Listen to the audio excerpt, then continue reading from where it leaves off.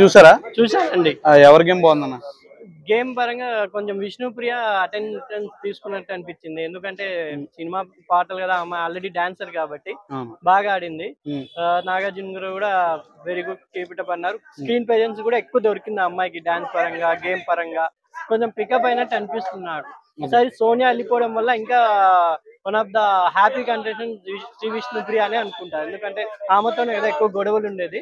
ఈసారి హ్యాపీగా mind fresh గా ఆడుతుంది అనుకుంటున్నాను. సోనియా వెళ్ళిపోవడం వల్ల ఇప్పుడు మగవాళ్ళు మారుతారంటారా? లోపల ఇద్దరు ఉన్నారుగా. అదే వాళ్ళ గేమ్ చేంజ్ అవుతుందని నేను అనుకుంటున్నానండి. గేమ్ చేంజ్ అవుతుంది. నైనిక డల్ అయిందని బయట అంటున్నారు. అదే బయటగా లోపల కూడా అలాగే కనపడుతుంది. అమ్మాయి చూసే బిగ్ బాస్ సీజన్ 8 చూసే ప్రతి ఒక్కరికి నైనిక కొంచెం డల్ అయిందని అనిపిస్తుంది. కొంచెం పికప్ కావాలి అమ్మాయి. నైనిక వాళ్ళ ఫ్రెండ్స్ ఉన్నారు కదా, పికప్ అవుతుంది అనుకుంటున్నాను. మిడ్ వీక్ ఎలిమినేషన్ అంటూ ఉందని చెప్పేసి బయట అంటున్నారు. నాగార్జున గారు చెప్పారు నిన్న. నాగార్జున గారు అన్నారు సర్ప్రైజ్ అని.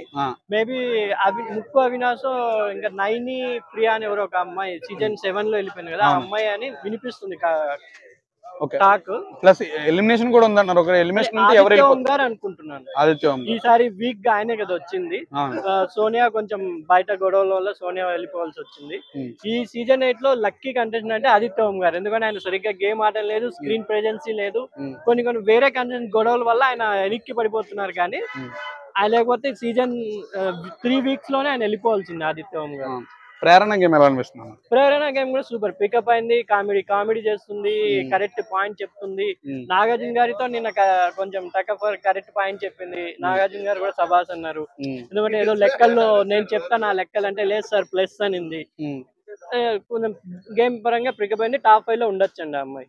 నబీల్ గేమ్ ఎలా ఉంది? నబీల్ గేమ్ 100% ఇంప్రూవ్మెంట్ అయింది. 100% నేను చెప్తున్నా, ఈ రోజు చెప్తున్నా టాప్ 5 లో అతను కంపల్సరీ ఉంటాడు. టాప్ 2 లో కూడా ఉంటాడని నేను చెప్తున్నా. పృథ్వీ గేమ్ ఎలా అనిపిస్తుంది? బయటకు వచ్చేస్తారని గేమ్ ఈ రోజు నుంచి చూడాలి. ఎందుకంటే ప్రోమో ఇప్పుడే చూసాము. ప్రోమోలో కొంచెం గట్టిగా అరుస్తున్నాడు అతని మీద, మణికంఠ మీద.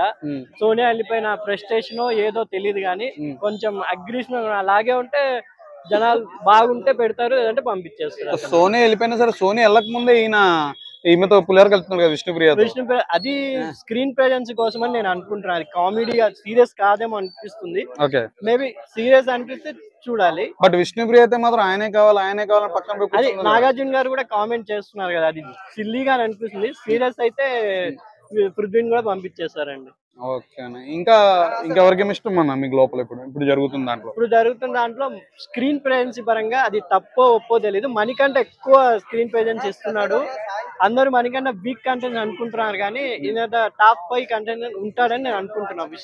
లోపల మొత్తం బ్యాట్ చేస్తున్నారు కదా, అందరూ బ్యాట్ చేస్తున్నారు. అయినా స్ట్రాంగ్ గా తిరిగి వస్తున్నాడు.